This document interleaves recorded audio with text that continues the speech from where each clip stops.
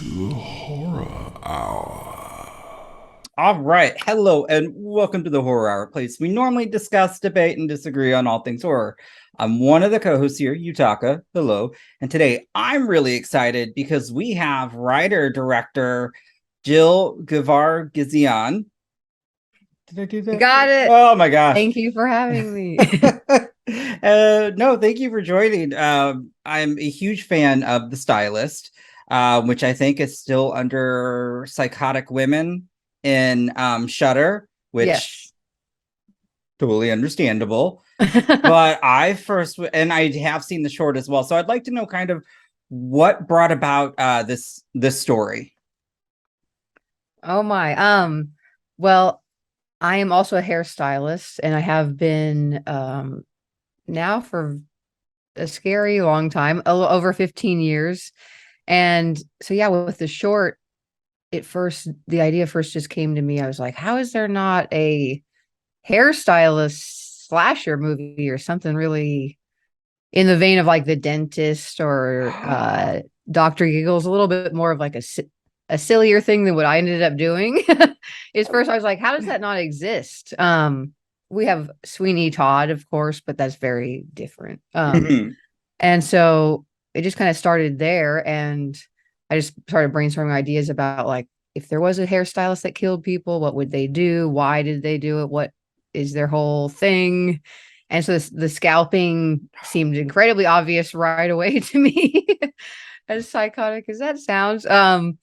And I just kind of first envisioned her as like a Leatherface-esque type character wearing other people's skin in a different Mm-hmm. way, and then when wearing it kind of becoming them or attempting to. Like I Okay. feel like he is a similar setup. Like when Leatherface changed his mask, he's changed his character in the Mm-hmm. original. So just like had this vision of her in a room with all her previous scalps on heads, and she's wearing one and kind of like happy in that moment. It was like that's like kind of that where the concept came from. And I wanted it to be a feature really from Mm-hmm. the jump, but I knew I needed more experience before I tried to go from Sure. like 5 minute short film with no film school to like a feature. Even just going from my first short to this one was a huge learning experience. Well, I mean, they both turned out really well, and the scalping in particular in both is very. It's so good. I just rewatched it this morning. I'm like, I forgot how brutal that is, and it looks so good too. Thank you. It's the same artist that did the effects on both the short and the feature, Colleen Okay. Kaufman. And so we were even more nervous about going back to do kind of, the opening scene of the features. Mm-hmm. Obviously this whole thing is spoiler alerts, but Yes. Spoiler it's a alert, lot like people. the short film, and we almost exactly like the short film as far as the salon. And Mm-hmm. we were like, how do we, it went so well just like by magic on the feature or the short. When she pulled it off on camera, it just happened to be perfect the first time. And so we were really afraid of like, that's not likely to happen two times, to be like have no accidents or anything go Mm-hmm. wrong. And then we of course had way more effects to do on this, not just one scalping, which is a big thing to orchestrate, just one scalping. Like how much time went into that? I mean, again, it's very intricate, and just the scene and also the two actresses, like I don't know how I could lay still if somebody, is like pulling off, I assume is some type of prosthetic or like. Yeah, you bring this to my attention that I don't know if I've given enough credit to how hard that part is for the Mm-hmm. actor to sit there so looking dead or Yeah. drugged or something. And so holy crap. But yeah, so a lot of it was so much, oh my, so much goes into it because we have to get a decent amount of time ahead Mm-hmm. to be able to prepare the effect. And so we have to cast, and I have to cast in thinking like, will we be able to find a wig with Mm-hmm. that kind of matches this person's hair? there was always like the debate, just use the wig the whole time. But I'm a hairstylist, and I don't think wigs ever look good in movies, even on like billion-dollar movies, they look bad. So you can always sometimes spot them. Yeah. It's very like, it's very hard for me to not spot them. And so that was a huge thing. It's like, well, they need to be really talented and have hair. I can find a wig that within our budget. And so it was very challenging. I even had the woman in the first scene, Jennifer Seward, meet me at a wig shop at one point to make sure I was getting the right thing. And yeah, so there were some trickery, lighting, color to make it match a little better. But so, you know, that factor, then the Colleen, our special effects artist, she adds actually like fake skin onto the wig and feeds some of the hair through it. She has she has wig experience as well. So it's really like this fusion of a lot of things she knows to make this. And then when she has to actually put it on the actor, it's not just the scalp or the wig with skin or whatever you want to call it. There's also a bald cap that she's made with like gross muscle looking tissue on it. And we've prepared them with like blood tubes so that can have like fresh blood coming out of it. This is so fun to talk about. That's why I'm laughing.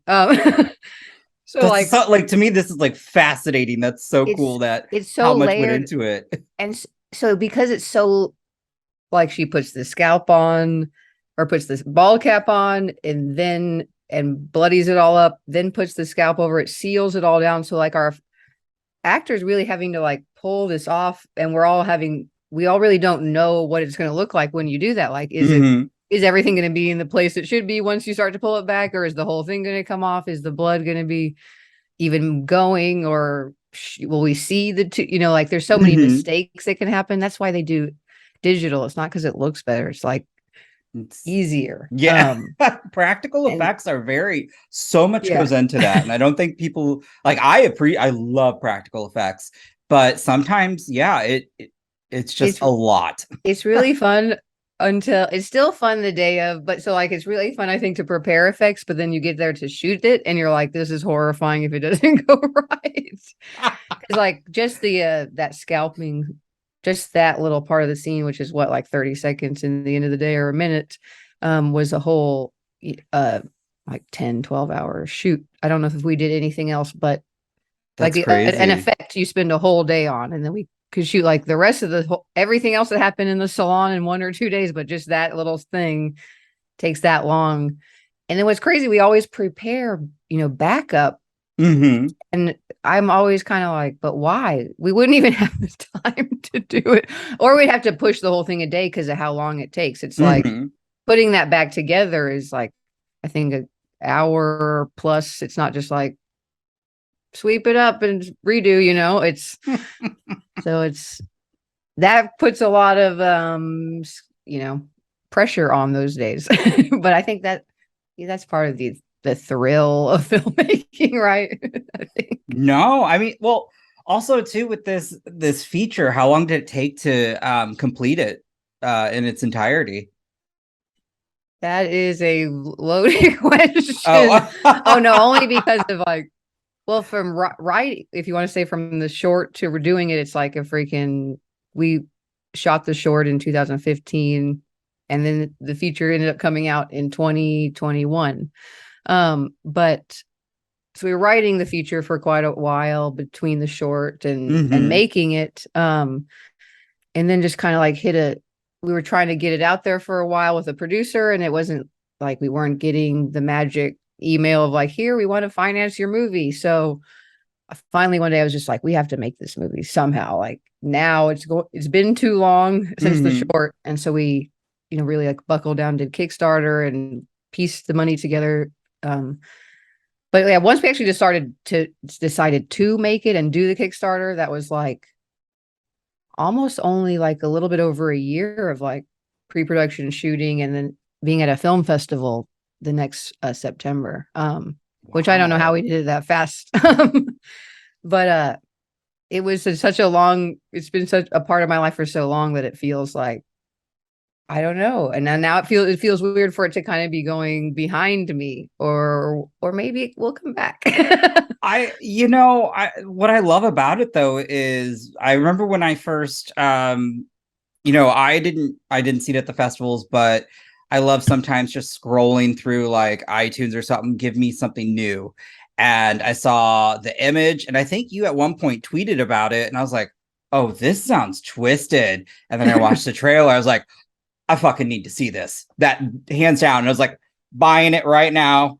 And when I watched it, I was like, oh, wow, because not only do, like you said, we had a new type of slasher, but I loved the mental health aspect and everything that she was going through, and how, as you said, when she would put on a new scalp, though, she would become a new person, or that it was great that in terms of like her character just had those layers in terms of, I mean, there was, I guess, trauma in a sense, but there was just, I don't know. I really liked that. And the way it was depicted was very, it didn't feel exploitative.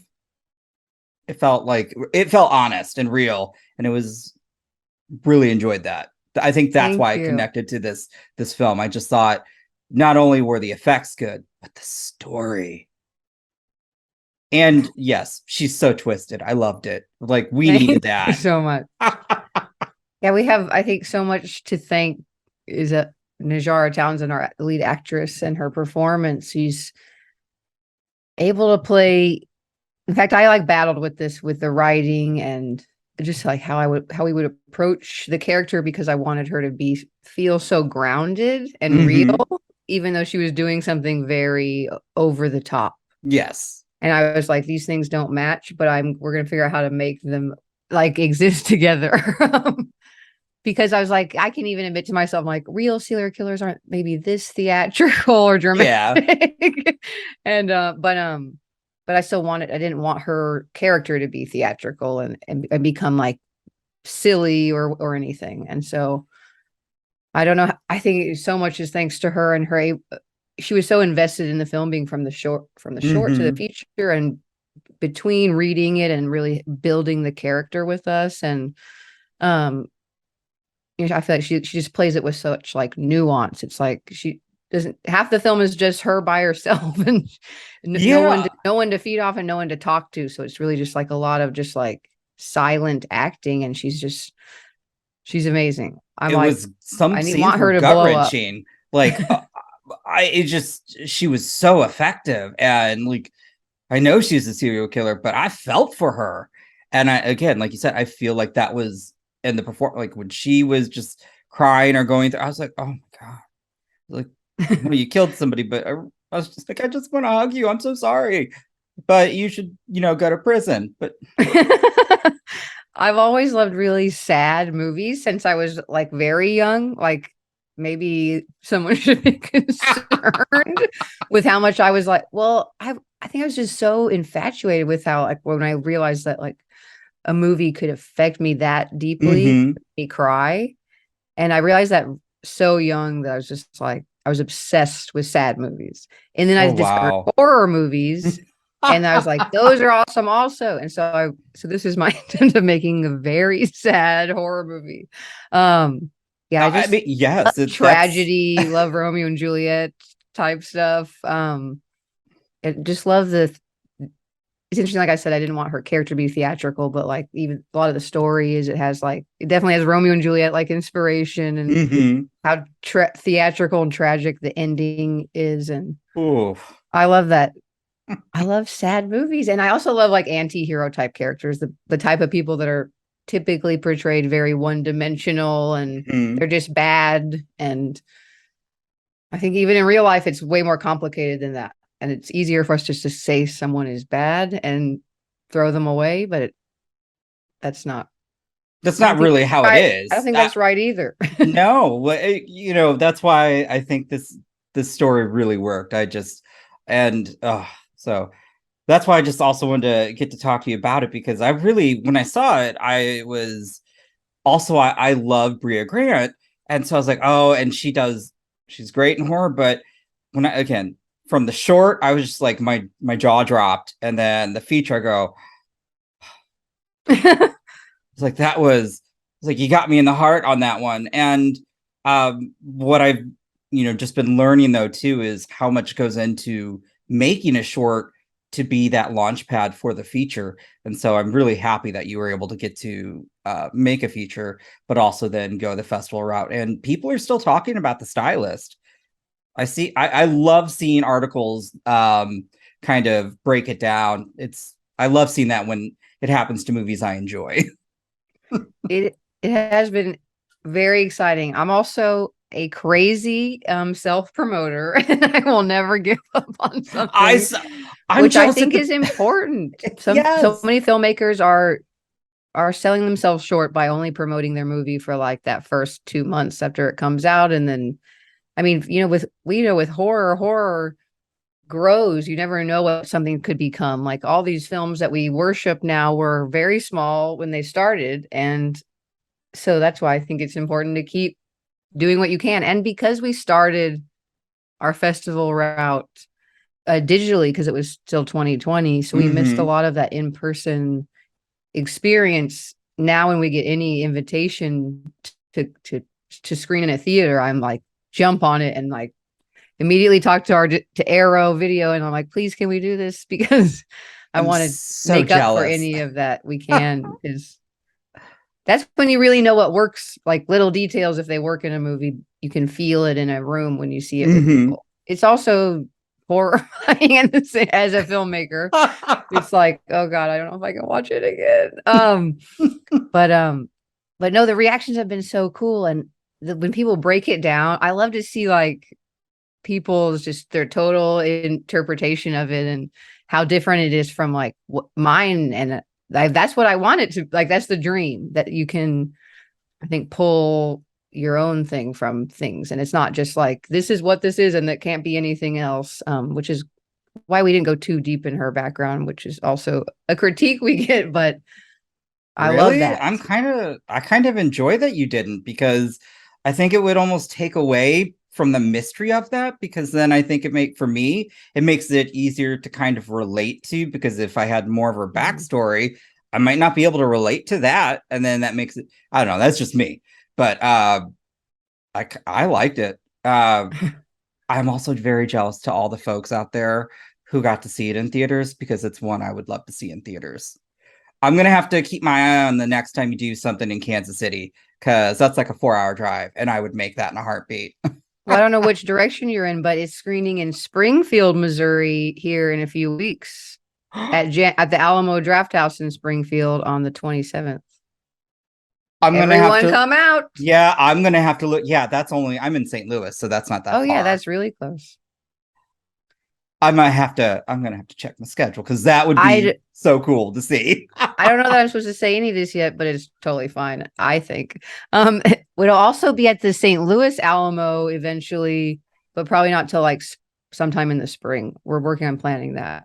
I'm so happy that we're getting an Alamo here. Yes. Like I've been waiting, and I have been hearing rumblings of a lot of events that they want to do. So that just also makes me very happy, because I think there's a really good film scene here, or at least there's a lot of us who really love independent, or at least me, horror. And so to get something like that, where Alamo really props up horror films and smaller independent films, I'm just like, yes, I need that. Yes, they're awesome. And most have film clubs that like do weekly screenings. So you'll see just all kinds of stuff you would never hear of, from all genres. And which is so cool. That's so awesome. But I will keep my eye out for that one. I have to check my schedule, because I think Springfield, that's like a 3-hour drive. But I will be at both and be doing a Q&A, so I'm pretty excited. Oh my God, that's so exciting. To me, that's exciting. I'm excited. I recently just went to Overlook, and that was fun to get to sit there and watch people after seeing the film. Then all the folks come on stage and just ask them questions, get to learn more about it, because I think it's great what goes into it, the thought process. Besides, that's like the best way to see movies is when you at film festivals and the filmmakers are there, and Yeah, you get so much insight into it like right away. It's so fun. Well, because it's very interesting to me, and I'm curious to know from a filmmaker perspective if somebody doesn't like it, and maybe it's because they don't understand it, but then after the Q&A, they're suddenly like, oh, like it clicks for them. Mhm. I'm just curious how that is. When I guess you in a Q&A, if you ever have somebody who just doesn't get it and trying to answer that, so they kind of, because sometimes it either goes over their head or they're just not computing. It happens, Yeah. but that's the best way I could say it. Because I don't know, I always find it fascinating when um, people, even if they give a movie a bad review, you can do that and not tear it down. You can do it and Yeah. offer critiques. And I see a lot of stuff out there to where they truly, people just do that for clicks, and I don't get it. Don't get Yeah, it. I feel like a real like bad critique is welcome because it's like it's actually talking about the film intelligently, not just not it's not mean spirited. You know, that's a little different. Yeah, no, I totally get it. It's a little more immature. It's yeah, very different. But people out there, it's very interesting. This is a new space for us. So if anytime we do review anything, I feel so uncomfortable because again, it's all you know, it's all what is it? Is it so terrible? It's subjective, right? Art is subjective, or is it Yeah. objective? Yeah, it's subjective. I mean, like, what I may think is good may not necessarily somebody else does. And so, but I always feel bad giving a review and people are like, well, why didn't you? I'm like, I didn't say I hated it. I just said wasn't for me. But Yeah. I love all that goes into filmmaking, whether pulling off certain shots, but more importantly, I've really appreciated all the filmmakers who also are doing Kickstarters to get their passion projects off the ground because it's not easy. What was that experience like? It is, yeah, it is a whole huge undertaking it because it's a whole like adding a project on top of your project that you hope to get to make if you get the money. And there's the stress of with Kickstarter specifically, you have to meet the goal or there's Yes. no money. But I do believe through my experience and like some research is that pressure, it's like I don't want to say we're playing games on people, but like it psychologically is why it works. It's why Mm. like they say like the statistics with Indiegogo and the ones where you don't have to meet your goal, you like almost never will because that pressure doesn't exist. It's like more Oh, that's often that true. people get about half. And so it's just like there isn't any like any feeling of urgency with those like and so these people so and with you learn like it all comes in the beginning and the end and it is like the oh my god we don't want them to like they've raised so much money we don't want them to lose it. It's so it really I feel like it is something about the all or nothing and Wow. making sense of like how will you really even do it if you only get a quarter of the money. You won't be able to. It'll be a long time still. So I think it also holds you more accountable. Like then you have what you said you needed to do the thing. Um, but it's funny because our Kickstarter is only like a portion, one chunk of our full budget, so it's not the full thing. But we knew we could at least start. We could shoot the film.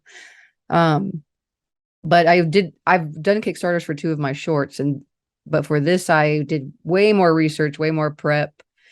Like made a spreadsheet of other projects of similar budgets that were successful and like their breakdowns of rewards, which ones were most bought and because you can go all over the place with rewards and you can promise too much and not realize how expensive that's going to be to make like making shirts and Oh, posters and like all the stuff that you'll have to produce. That's more money on top of the film that you're making that's that you true. need to make sure is accounted for. I didn't even think of So it's that. just a lot to take it to undertake. And then like the planning of the Kickstarter is one thing, but then running the campaign, I really planned it out like try to think of creative ways to remind people it's happening. That's not just the annoying like just posting the same link like 12 times a day and which I know I still probably did that also, but like other ways to, like I planned out all these like random like interviews and podcasts and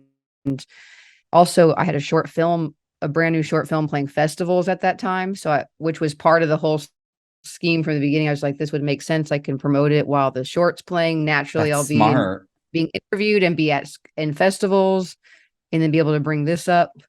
And so that was just a whole planned campaign of like how we keep it fresh in people's minds. And I was already my short was going to premiere in London. I was already going to go there where Najara now lives, our lead actress. And so we like launched it together out there and at a big film festival.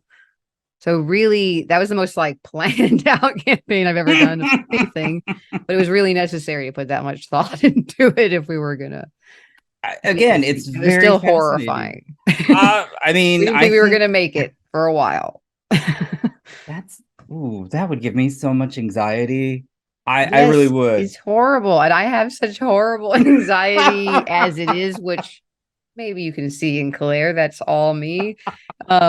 But like, I'm like, why do I do this? This is horrible. Like every day you're just like every 5 minutes, you're just opening the app. Like you don't need to open it. It's going to send me a notification if someone else. Oh my gosh. The way I feel that now in terms of like, what is our subscriber count? Did somebody retweet us? I'm like, I can't do this. I'm too old for this. My heart, or we joke that I'm too old for this, but it's very fascinating. But I also will to kind of call back, I agree. Filmmakers who consistently promote, I feel, are the ones who are the most successful. Well, they really get out there. They're really connecting also with their fans, their audience. And it baffles me, like you said, when somebody will do a week and then that's it. So again, I love seeing the Stylist still get all this love, support, and still just the fact that you can still screen it and all of that. So that's wonderful. Thank you. Thank you so much. So the next one I do want to ask about, if we can talk a little briefly about, and I only knew of Black Mold because we talked with Kato AC. And they were talking that like on our channel, we went hard for Revealer. We loved it. And so she was talking about Black Mold. I'm like, what is this? And so I'm like, well, when's that coming out? And then when you had mentioned you are also part of Black Mold, what can you tell us about it? Yes, you'll start to see how close this film community is of all those people you just talked about. I know. Because the Stylist was shot by the same people who shot Revealer and Black Mold. It's like all the same. Oh wow, same that's crew, awesome. A lot of the same people. Revealer has some different key roles, like I think a different composer and editor, but it's just like a very tight film family. A lot of us are like they're in Chicago, Wisconsin. I'm in Kansas City, so we're all kind of Midwest-ish. Do we call Chicago whatever the hell we are in the middle of the country? Technically Chicago. I think Chicago's it's interesting. Still Midwest. Why do we have a Mid-East section? That's what it should be called. I was talking with somebody about that. They're like, where's Kentucky and compared to you? I go, well, that's we call that the South, but yeah, I was like, that's really Southeast, and but that's my production designer is from Kentucky. Their accents, they are from the South. No offense, I love Southern accents. I really love them. My twin went to college in there, so I joked with her because I'm like, when she would come home, I go, "You're Asian and you have a Southern accent. What's going on here?" Yeah, infiltrate. It does. It's interesting how you just can be somewhere and it starts to affect how you talk.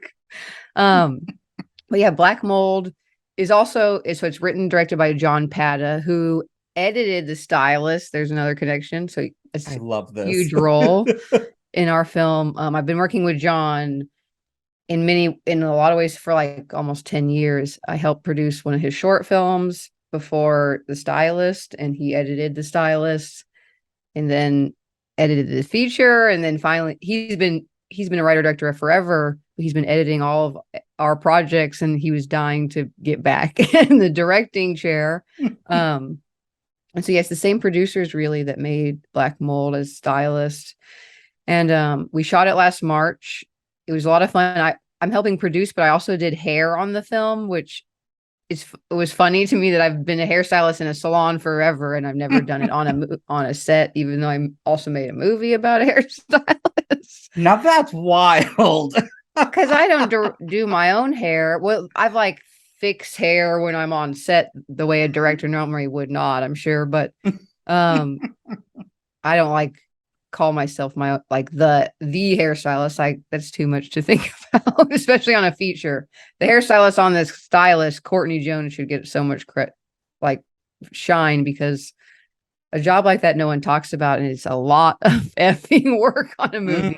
Or on the Stylist, especially, where she was changing Claire's look every 2 hours every day. It was like Claire's going through, we're shooting out the whole house location, for instance. She goes through the whole movie in 2 days.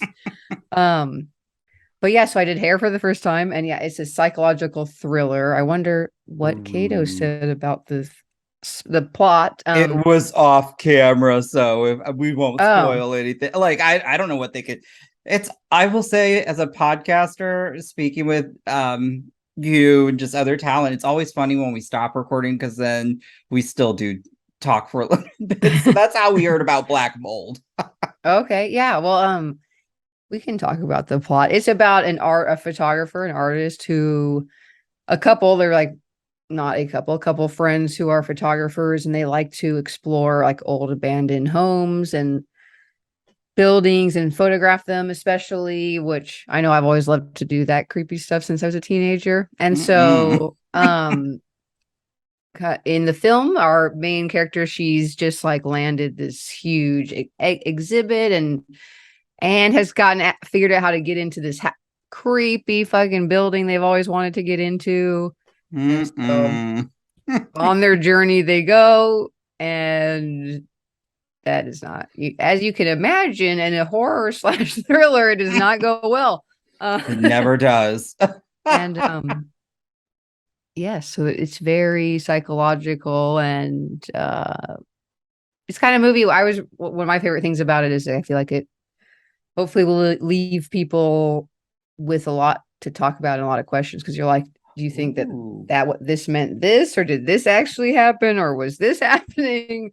I love that. Yeah, and we also got to work with Jeremy Holm, who he played the Ranger. If you got to see that slasher from a few years ago. God, that is such a good, yes. It's like a hidden gem on He's Shudder. Incredible. Yeah, everyone needs to watch the Ranger. It's so fun. Good. I feel like that character itself is so great that it should be franchised. Like, the character is so funny and awesome. But yeah, Jeremy himself is an incredible actor. So much fun to work with. I've been like, from now on, how can I put him in everything that I make?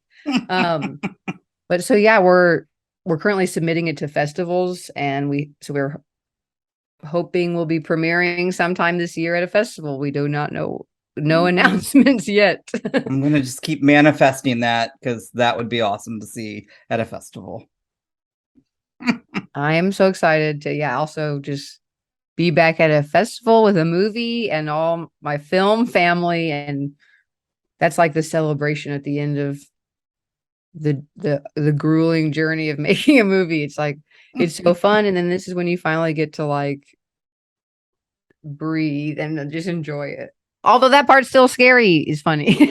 Well, yeah, because it's scary, and I'm like, what do we really like that? It's like there's something like about to torture yourself in a sense, because I just can't imagine sitting in a theater and seeing if I had a film and watching everyone's reactions. Like, do they pick up on the tones? Are they to me, that would be so, again, anxiety. I would have, I'm going to have a couple beers, something like calm me down while I'm, it can be hard. And I think a lot of filmmakers only watch it like once or twice with a crowd.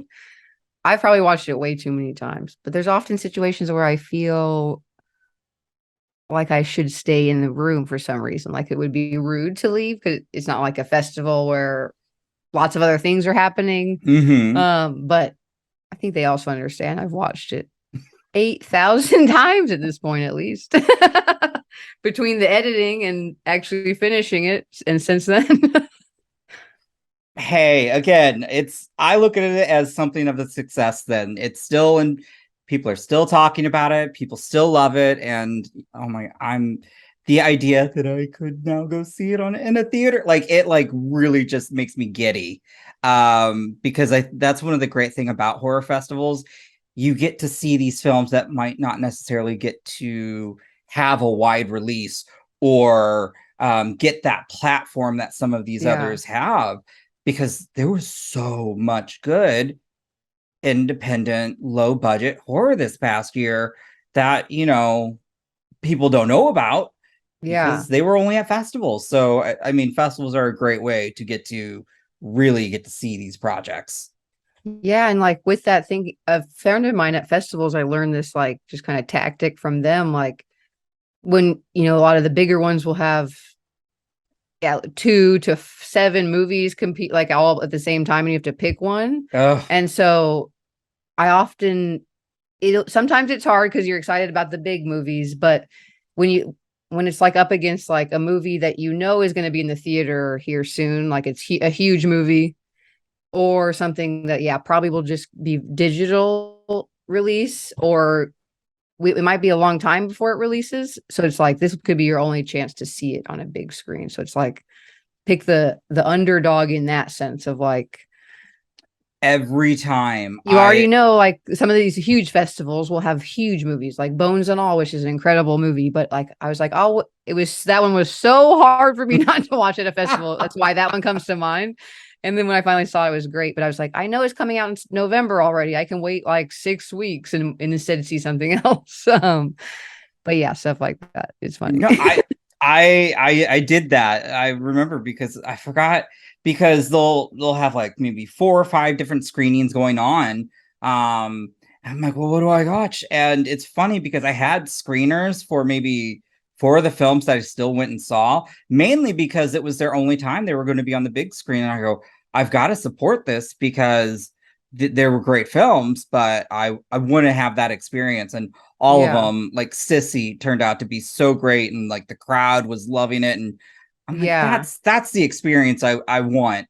And it's like Because high energy movies like that. Like it's yeah, like they're sold short by yourself. Like I hate to say my movie doesn't need to be watched in a theater because I want everyone to see it in the theater, but it's not like a woo cheer, everyone's getting killed kind of movie, which I love those kind of movies. But when I watch those as screeners, I do wish I'm like, oh, I wish I watched this with a crowd because yeah, the feeling of the crowd, it makes it's such it's an experience. That's why we like the theater. All of us love it no, so much. agreed. I will say, like, the Stylist almost made me cry, so I probably would. Well, now that I've seen it so many times, I can like prepare myself. But I always feel weird if I'm in a theater and I'm like, oh god, I think I feel tears coming. Nope, can't do it. There are people around. But which is funny because like I went to Everything Everywhere All at Once with my dad, and he's crying. I'm like, crap, we're Asians. We can't show emotion. So if he's crying, I can't cry. I have to let him cry, even though I want to cry. But I'm sitting here enjoying this movie. But I'm like, I can't show emotion now. I go, shouldn't have brought my dad because I would have been a mess. Uh, but I do love that though when Break the cycle, show emotion. I should have. I mean, inside I was just like dying, but I love that though in terms of that's why I love the Stylist though, because I just feel so much relation to Claire at times. But now I'm really excited about Black Mold, even though I'm gonna say I'm not that type of person. If there is some abandoned building, like some of my friends would do that, I go, that's on you. I was like, you can text You're me like, if you need I'll me to wait pick you out up. here. Yep. I don't mess with Ouija boards as well. I stay away from that. And like our my co-host George is like, we should do an online seance. I go, have you seen Host? Do you see how that turns out? We're not doing that. Then you will relate very much to Kato's character once you see the movie. I'm so excited. Um, so now you also said that you've got a new upcoming project that you can kind of briefly talk about. What's that? Yes, I'm so freaking excited. I'm directing a new movie, which felt like it's been 3 years since we shot The Stylist, so it's felt like forever since I've made something. And the pandemic, everything just made it's like I'm like, why haven't I at least made a short film since then? And I'm like, oh yeah, there was a pandemic we were like, we're shut down for a year. No comment on things being over. I mean, Of course. obviously, I feel like time has become warped. What is going on? Time doesn't exist at this point, in my opinion. Yeah. But yeah, I had been writing a script all summer. This is not the one I'm making, but that I'm still working on. And I was just like hoping I could make something in the meantime, because I know I was going to spend like a long time on the script. And then it was like, it feels like a godsend. And I'm not even a religious person, but I can't find a better word for it. I was hired to direct a film that's ready to go, has its financing for the first time. I don't have to produce it myself, which it just feels like very surreal still. Oh, that's it. That is exciting. But I was hired. I'm working with Ed Sanchez, who is the director of the original Blair Witch project. So I am like, as a horror geek. Whoa. we talking 1996 Blair? Yes, our original Ed Sanchez is, I mean, he's directed also a lot of other films that are awesome. I know, like but that is Molly and Exists are some of my favorites. But he's producing it, and I'm not giving the title out yet, but it's a home invasion type thriller. And it was written by Adam Caesar, who he's more known for his novels. He wrote A Clown in a Cornfield, if you're like a horror reader. It's a pretty big book that he's already written. Of the book. I've not read it, but now I might have to read it. It's a lot of fun. You should read it. In fact, I was like, how can you get me on the list to direct this movie? It's like set in the Midwest and it's a slasher, and this is all like, I want to do it. So yeah, it's something that he wrote. Also, Jamie Nash, who actually wrote like Lovely Molly and exists in a lot of Ed's films, is also helping produce it. So it's just like a crazy, someone who grew up a Blair Witch fanatic, it's like insanely exciting, and everything about it is exciting. But I'm kind of like like you just did a Control-Alt-Delete. My brain's resetting right now. And we shoot as soon as next month. Oh my god, that's so awesome! So we might even be playing at a festival at the end of the year. Like that's their goal, or next year. But it's a film that's a part of a kind of like a. Okay, I should stop. Yeah, no. I'm not saying any more words. Won't say any more. I think what you I don't know when it's coming out. I'm just saying we're shooting very soon, and I'm so effing excited. I'm so excited for you. Just I'm bad with names, but I mean the Blair Witch it's like I remember seeing that in theaters. That's iconic. It's just it created a movement. It set records, and I honestly think when it comes to found footage, a lot of times they're compared to that, and I'm sorry, but rightfully so, because it is. Oh my god! It's iconic. I mean, you can ask any person in the world that doesn't even watch horror movies, and they know what the hell the Blair Witch Project is, for God's sake. But it's also a really well made movie. I love it. It's just I tell people, I'm like, I think it still stands up to time, like. And I'm one of those people that I really get disturbed by like the psychological part of horror movies before it even turns into the like supernatural stuff. Mm-hmm. And that's an example of like, I feel like it's legitimately upsetting and scary before the like sounds and whatever, just them getting lost and the kind of the circular, we're in the same spot, we lose the map, all those kind of. It reminds me of The Descent in that way. It's like before the supernatural even comes, it's already horrifying because people are turning on each other. There's no like camaraderie anymore. There's no like safety net of any kind. And like so effective. It like kind of giving me like I no joke though. I remember I still do everything's going wrong. Nobody's listening to each other. And then just the vibe, honestly. I remember when it came out and people were like, oh, it's so jumpy. I go, no, it puts you in the eye of like the actors. And when I see found footage now, which it's not my favorite genre in sense, but it's all, George loves it. And he, every time he brings something up, I'll still be like, okay, and I'll watch it. I go, that's not bad, but look, if a 1996 found footage movie can still hold up to this day as, honestly, in my opinion, the best, people nowadays need to up their game, because that is still a blueprint that I think some people are moving away from. But I'm like, they captured some kind of like some level of like it being so genuine. You honestly can rewatch it now and you're just like, I don't even understand, because the performances, like not one performance from the random interviews to the main three characters, it doesn't feel like a performance at all. You can normally feel some level of it being not the actual person when you watch something, especially in every other found footage movie sense that's trying to capture that same raw quality. Like you really watch that and you're really like, these are just those people. There is no performance, and it's so it's like beyond grounded. It doesn't even. It's really like astounding how they like the performances alone. I don't even understand how they made it so real, especially even just the main three. I could understand the interviews, maybe even like approaching those people and making them think it's real, so they just act like they just are those people, but they're not, because they're talking about the like. It's so fascinating how real it feels. I don't understand the marketing campaign too. Nothing will ever beat that marketing campaign, and that's partially because of social media in a sense. But I just remember, because I remember watching it, go at the end, I go, are they okay? What happened to them? And they're like, no one can do it again.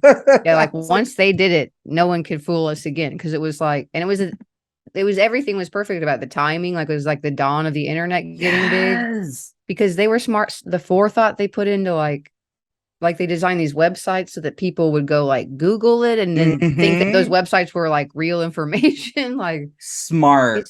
And I learned, I've been able to become friends with both Ed and Greg is the producer of the original, Greg Hale of the original Blair Witch. They've both kind of been like mentors to me for the last few years. But I learned a lot about how they did it. And I think part of what makes it feel so real is they gave those actors direction like the day of like big stuff that they didn't know was coming. So it was like they're really reacting. They're really reacting. Like stuff like that, the map getting lost is such a huge thing. The guy whichever one says they lost the map, they like just told that guy that morning, today you're going to lose the map. They don't know. Oh my God. They're going to like react like on camera for real. And they really were just like thrown out into the woods with the cameras. There's no crew around them. Like they're shooting it themselves, the actors. And they treated it like a military setup, because the producer does have military background. And he's like, it was just like, I don't know which specific test they do, but love that. But like set it up just like that. And gave them direction. And I was like, wow, that's crazy. Especially that map thing. And then they react like, I'm getting chills just thinking about. I'm going to have to rewatch this now. I haven't seen it in a while, so I'm going to have to rewatch this now and think about all of this. But I'm so geeked about it that when I talk to either one of them, I'm just like, you guys don't know how I can't believe I'm speaking to you. I'm so excited for you. That's so awesome. Like what they did. Oh my God. And the movie, for what you've already described, sounds, well, first off, I just need to say we need more Midwest horror films. I'm tired of seeing it in the city or like some rich suburb. Like, don't get mad at me. This one is being shot in or near Baltimore, and that's where. But it takes place hopefully in the Midwest, which is where Blair Witch was shot. So we'll be shooting near that area. Okay, but that's kind of cool. Realize on my day off, I'm driving I'm like, I wonder if I can get him to take me there. Then I might look too unprofessional. I'll be like, I'm like gonna die of nerddom. Wow. I'm gonna have to live vicariously through your Twitter when you start talking about that. Posting everything that's not spoilery and going on my Blair Witch adventures when I'm not working on the movie. Oh my God, that's so awesome. I love that. Also, I will say I love home invasions. They're kind of one of my favorite subgenres. But we just need more stories, at least. I mean, I know we don't have. I wish we had a bigger film community about Midwest films, though. That's why, I wanted to shoot the Stylist here. I want to bring everything here, and why I work with so many people from just different parts of it, and we just need to have a big we do have a film community in the Midwest, but I would like to see it become more of a staple. I don't know. Maybe that's just because I live in the Midwest. But I'm like, guys, I mean, we've got some great woods, got some great houses. I'm just saying. We need those tax incentives. It's all about We the do. money, and that's why so much is shot in Georgia. Mm-hmm. People complain, we're upset about stuff like the Ozarks being shot there mostly, except for like some big, overhead exteriors in Missouri. But that's the, stuff we have to change within the government to convince to bring the industry here. So it's like so much more complicated than that. It's like it would be awesome if they did, but I did chuckle. One of my friends was like, uh or one of our other co-hosts was like, is that really the Ozarks? I go, no, that's not the Ozarks. It's like, does that happen in the Ozarks? I go, no. I mean, it could, but that's not really what goes down in the Ozarks. What goes down in the Ozarks, you all go there to party and drink and have a good time. I mean, I don't know. There might be some gangster shit going on. Yeah. But it always did crack me up. It was like, that doesn't even look like the Ozarks, but all right, I'll take it. It's still a good show, but I was like, But I just want to say thank you so much for taking the time to speak with me. This has been just a huge blast. I love getting to speak with filmmakers, but more than anything, it's just great to get to hear you be so passionate about your work and what you've got on the forefront. I'm gonna nerd out as well along with you. I think that's great. Thank you so much.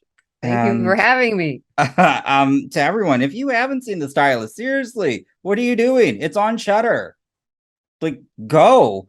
And if you find a screening or something, go to it, because support these films. That's what's just it'll be an experience that not many have, which I think is great.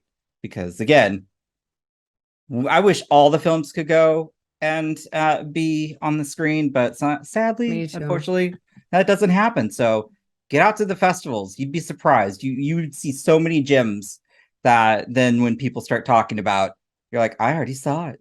Exactly. You get to see it early. Like, exactly. Yes.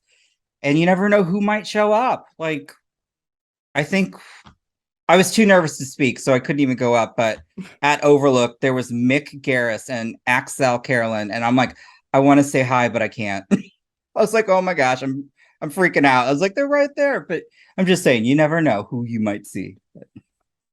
But I'm the biggest film festival fan. Love them. I'm like, some of us joke that we just make another movie so we can go back to the festival. They're a party. They really are. Yes. And again, it's a great way to celebrate the filmmakers, the creators, and you, the audience. You'd be surprised how much fun stuff happens at festivals. So with that, again, Jill, just thank you so much. Just again, truly, thank you so much. Made my weekend. And so with everybody, just as always, we say comment if you've seen The Stylist. If you have, let us know what you thought, all that good stuff. Subscribe, and until next time, bye. You have been listening to the Horror Hour. See you next time.